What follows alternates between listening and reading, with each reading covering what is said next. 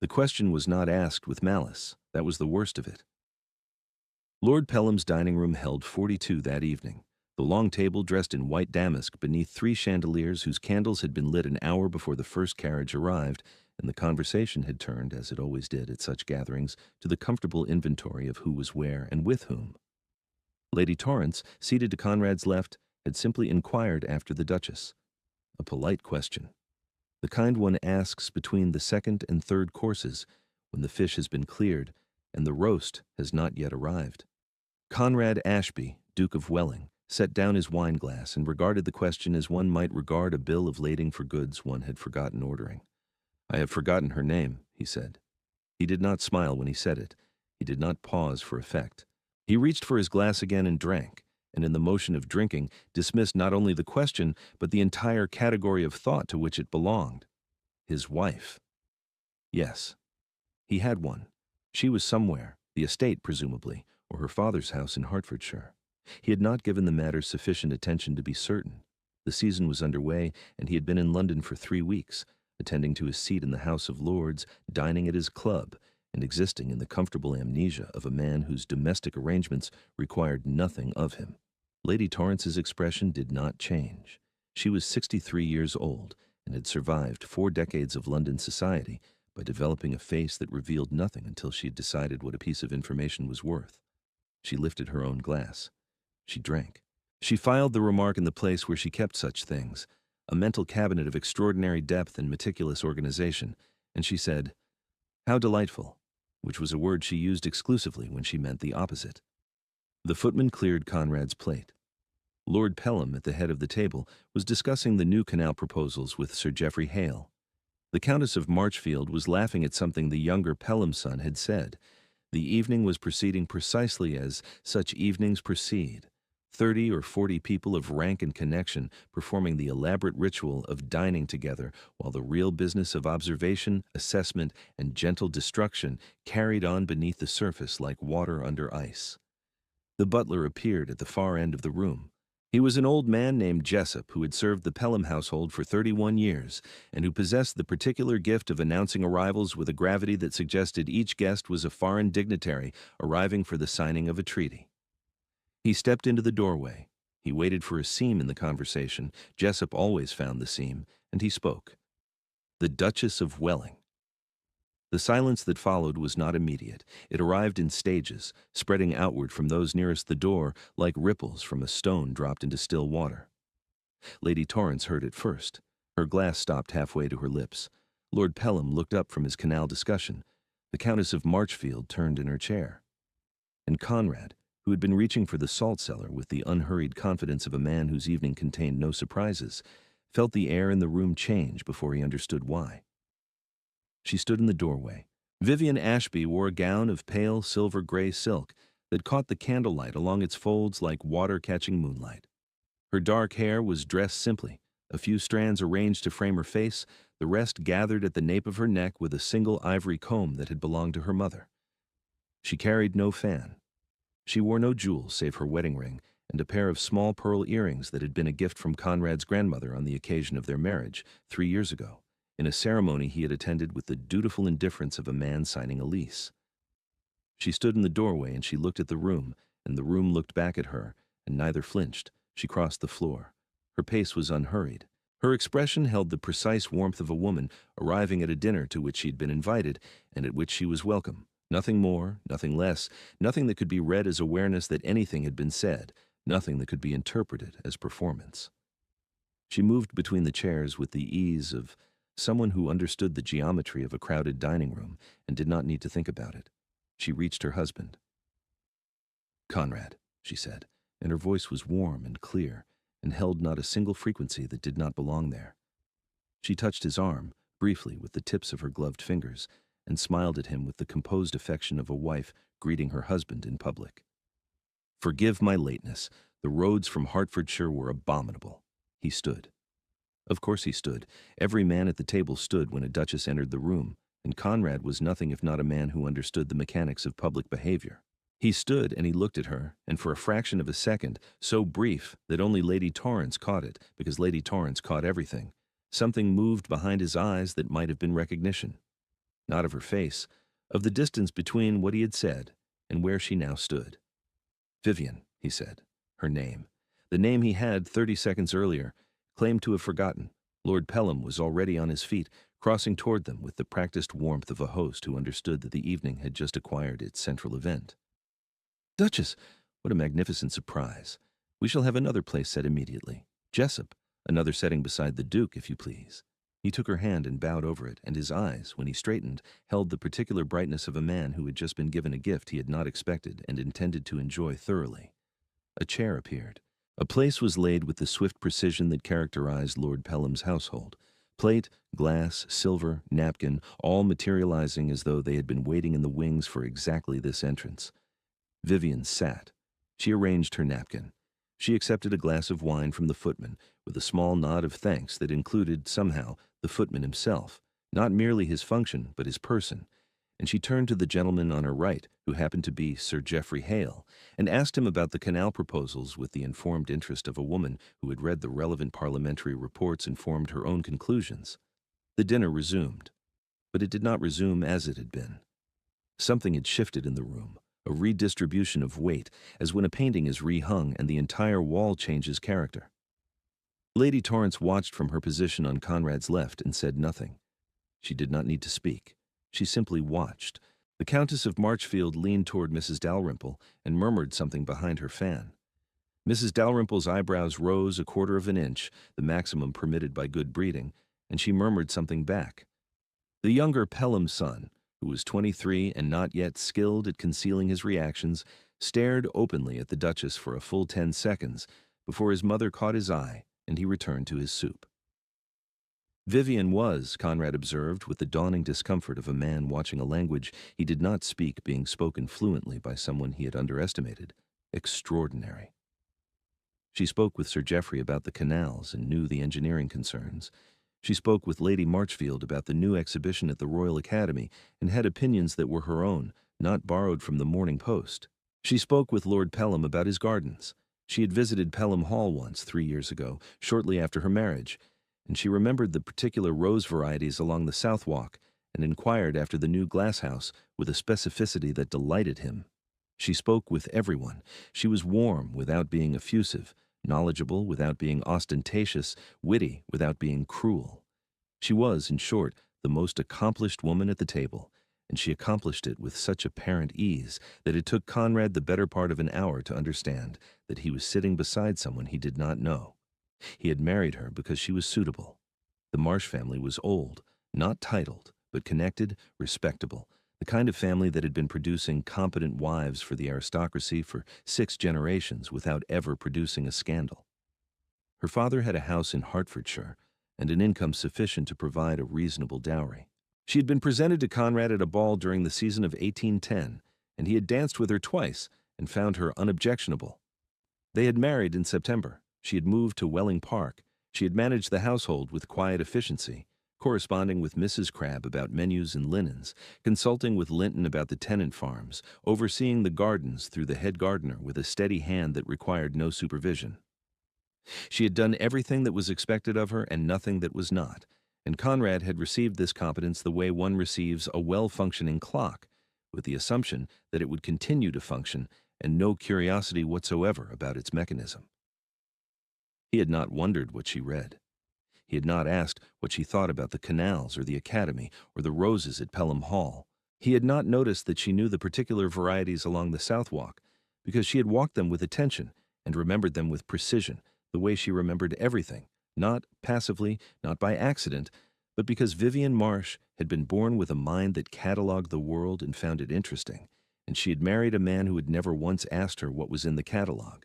Between the 3rd and 4th courses, Lord Pelham raised his glass to the table and proposed a toast to the evening's unexpected pleasure, the arrival of the Duchess, who had transformed what he had feared would be a dull Wednesday into an occasion worth remembering.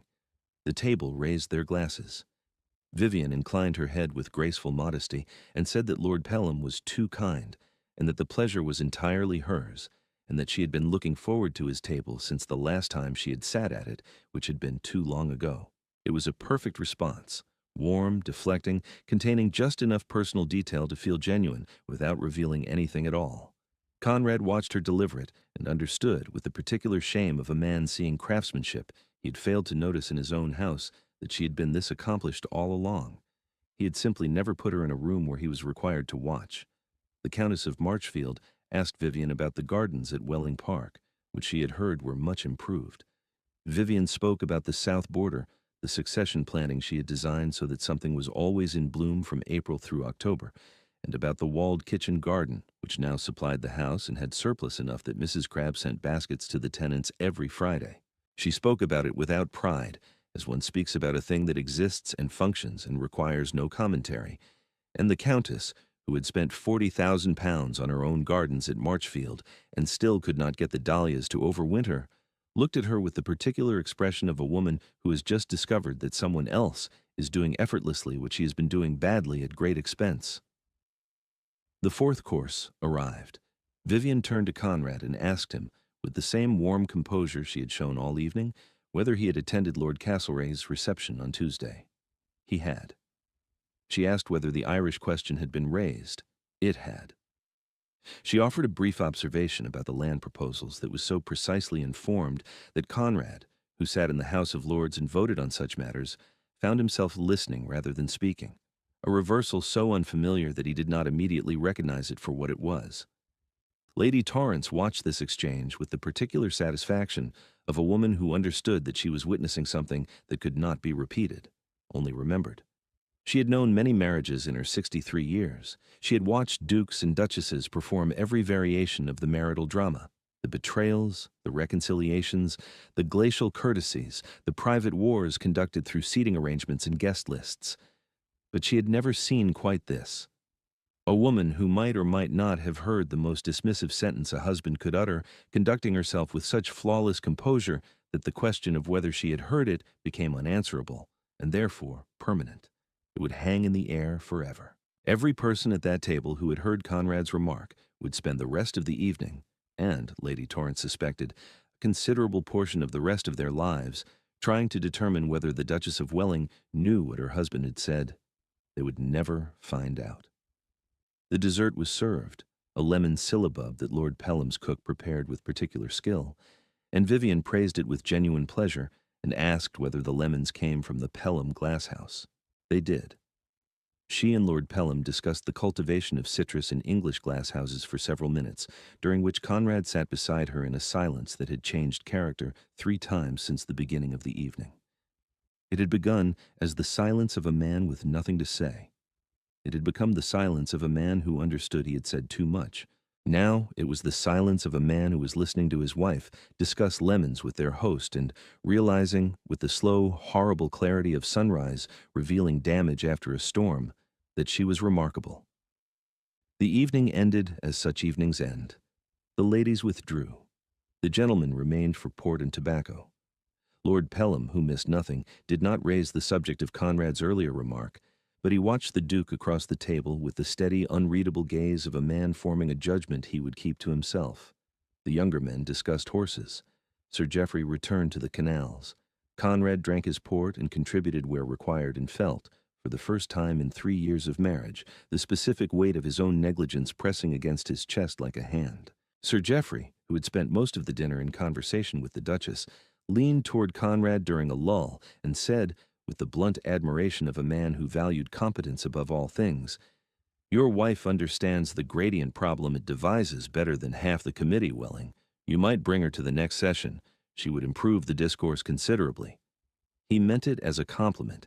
He could not have known that it landed like a blade, because Conrad sat on that committee and had never once mentioned it to Vivian, and she had found the reports and read them and formed conclusions superior to his own, and she had done this entirely without his knowledge or encouragement, the way she had done everything, alone, excellent, unseen. The gentlemen rejoined the ladies. Vivian was standing near the pianoforte with Mrs. Dalrymple, examining a volume of Haydn that lay open on the music stand. She was not performing.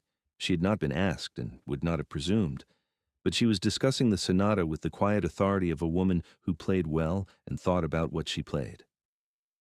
Conrad crossed the room toward her, and she turned and greeted him with the same warm, composed expression she had worn all evening. There was nothing in her face that he could read. There was nothing absent from her face that he could identify. She was simply Vivian, present, courteous, complete, and the completeness of her composure was the thing that undid him because it left him nowhere to stand. He could not apologize for a remark she might not have heard. He could not explain himself to a woman who had given no indication that an explanation was required. He was trapped in the amber of his own words, preserved precisely as he had spoken them, and she had sealed the amber shut by being so entirely herself that there was no crack through which he could reach. The carriage was called at 11:30. They descended the steps of Pelham House together, his hand at her elbow in the automatic courtesy of a husband guiding his wife across uneven ground. The footman opened the carriage door. Vivian gathered her skirts and stepped inside. Conrad followed. The door closed. The carriage moved. Inside, the single lamp cast a low amber light that carved their faces from the darkness in sharp relief. Vivian turned toward the window. London passed outside. The glow of street lamps on wet cobblestones, the distant sound of another carriage, the particular quiet of a city that had emptied its drawing rooms and was settling into the private hours. She watched it with the same attentive stillness she had brought to everything that evening, the conversation, the dinner, the music, the company, as though the passing city were another text she was reading with care and finding worthy of her attention. Conrad sat across from her. The space between them was no more than 3 feet, the width of a carriage, and it was the widest distance he had ever felt. He opened his mouth. He closed it. He had been a man of considerable fluency all his life, in the House of Lords, at his club, at every dinner table in London, and now, sitting across from his wife, in the amber half-light of their own carriage, he could not find a single word that was adequate to the occasion. Because what could he say? I remember your name. I've always known your name. These were lies, and they both knew it, or she knew it, or she did not, and the not knowing was worse than the knowing because it meant that his apology, if he offered one, might be the very thing that informed her of the offense. He was caught. He was perfectly, precisely, devastatingly caught, and the trap was not of her making. She had simply arrived. She had simply been herself. The universe had delivered the consequence, and she had accepted it with a composure so complete that it had become, in itself, the most eloquent reproach he had ever received. The carriage stopped. They had arrived at the townhouse in Grosvenor Square. The footman opened the door. Vivian stepped out and waited while Conrad descended beside her. They walked up the steps together. The door opened. Linton had waited up, as he always did when the Duke was expected, and they entered the hall, where a single candelabrum burned on the side table, and the house held the particular hush of a large establishment in which the servants had retired, and the rooms were waiting. Vivian removed her gloves. She set them on the hall table beside the candelabrum with the neat precision that characterized everything she did. She turned to Conrad. "Good night," she said, and she smiled, the same warm, steady, unreadable smile she had given him all evening. And she turned and walked up the staircase, and she did not look back. Conrad stood in the hall and listened to her footsteps on the stairs, measured, unhurried, each one placed with the same quiet certainty as the last, and when the sound of her door closing reached him from the floor above, he remained where he was for a long time. The candelabrum guttered. The house breathed its slow nocturnal breath around him.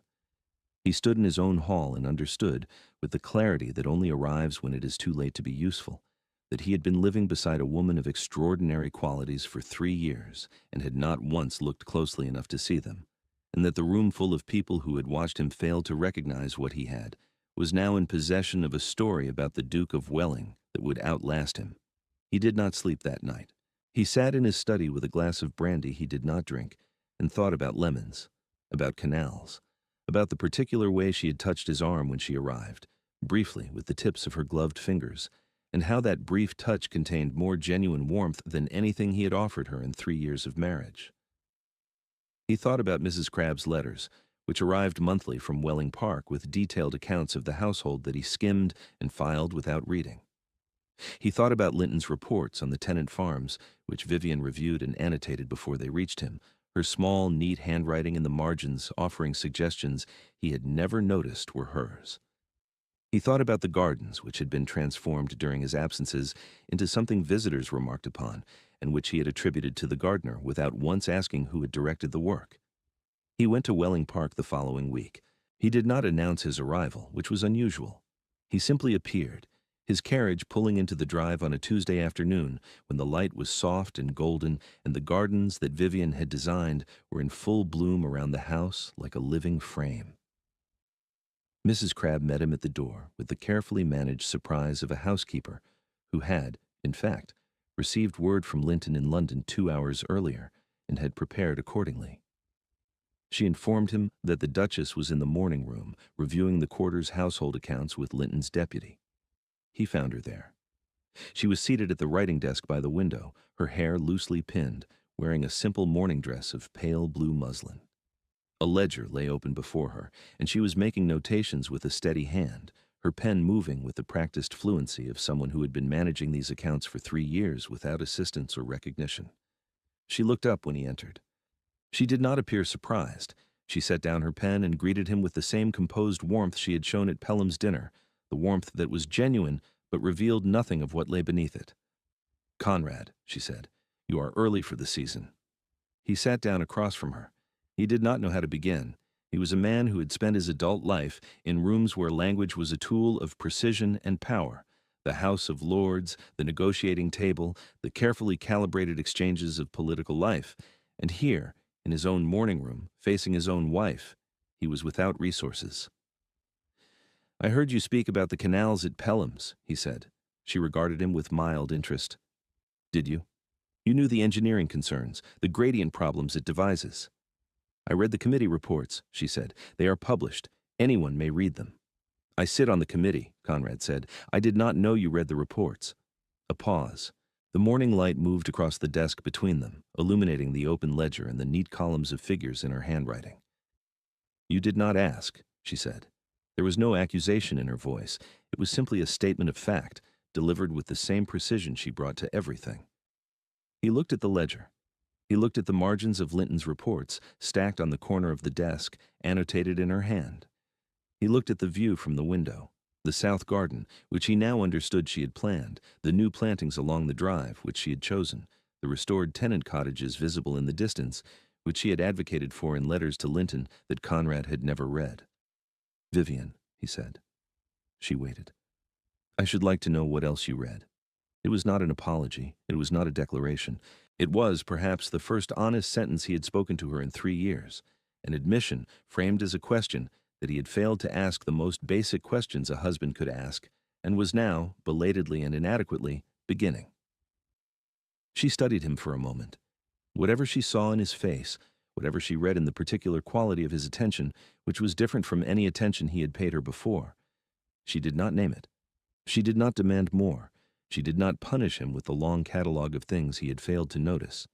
She simply reached for the stack of committee reports and moved them to the center of the desk between them and said, "Shall we start with the poor laws? I have thoughts." They sat together in the morning room until the light changed. She spoke about the poor laws, and he listened.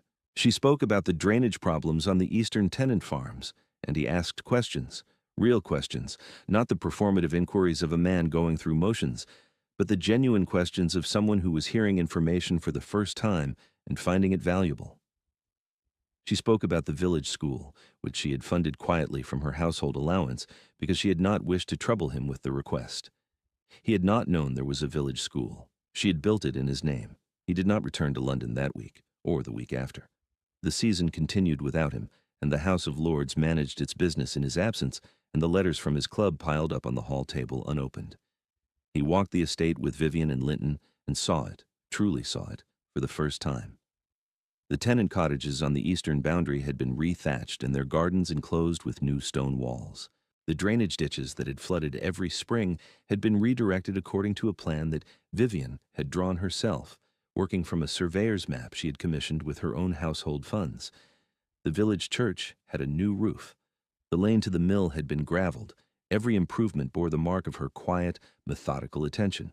Not grand gestures, but the steady accumulation of small decisions made well, each one invisible on its own, together transforming an estate that had been merely functional into one that worked. Mrs. Crabbe, who had served Welling Park for 19 years and who had watched the Duchess arrive as a bride and proceed to run the household with a competence that the housekeeper recognized immediately and respected deeply, observed the Duke's sudden interest in his own estate with the carefully neutral expression of a servant who has opinions she will never voice. She laid the tea tray in the morning room each afternoon and noted that the Duke now sat across from the Duchess rather than in his study. She noted that he asked questions about the household accounts that he had never previously shown interest in. She noted, with the particular satisfaction of a woman who had been quietly loyal to her mistress for 3 years, that the Duchess answered these questions with patience and thoroughness, and not a trace of the resentment she would have been entirely entitled to feel. He sat in the evenings in the drawing-room while she played Haydn, the same sonata she had discussed at Pelham's, and he listened with the concentrated attention of a man who understood he was hearing something he had almost lost the right to hear. She never told him whether she had heard the remark at Pelham's dinner. He never asked. It became the central mystery of their marriage, not a wound, but a sealed room, a door that both of them walked past without opening because what lay behind it mattered less than what they were building in front of it. He learned her. Slowly, inadequately, with the stumbling earnestness of a man who had started 3 years late and knew it.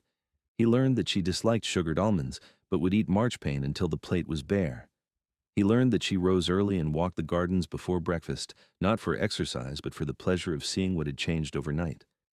He learned that she wrote letters to her father every Thursday, and that the letters were long and detailed and funny, and that she had a talent for comic observation that she had never once deployed in his presence because he had never created the conditions in which she might. He learned her name. Not the name itself, he had always known the word, but the person it belonged to.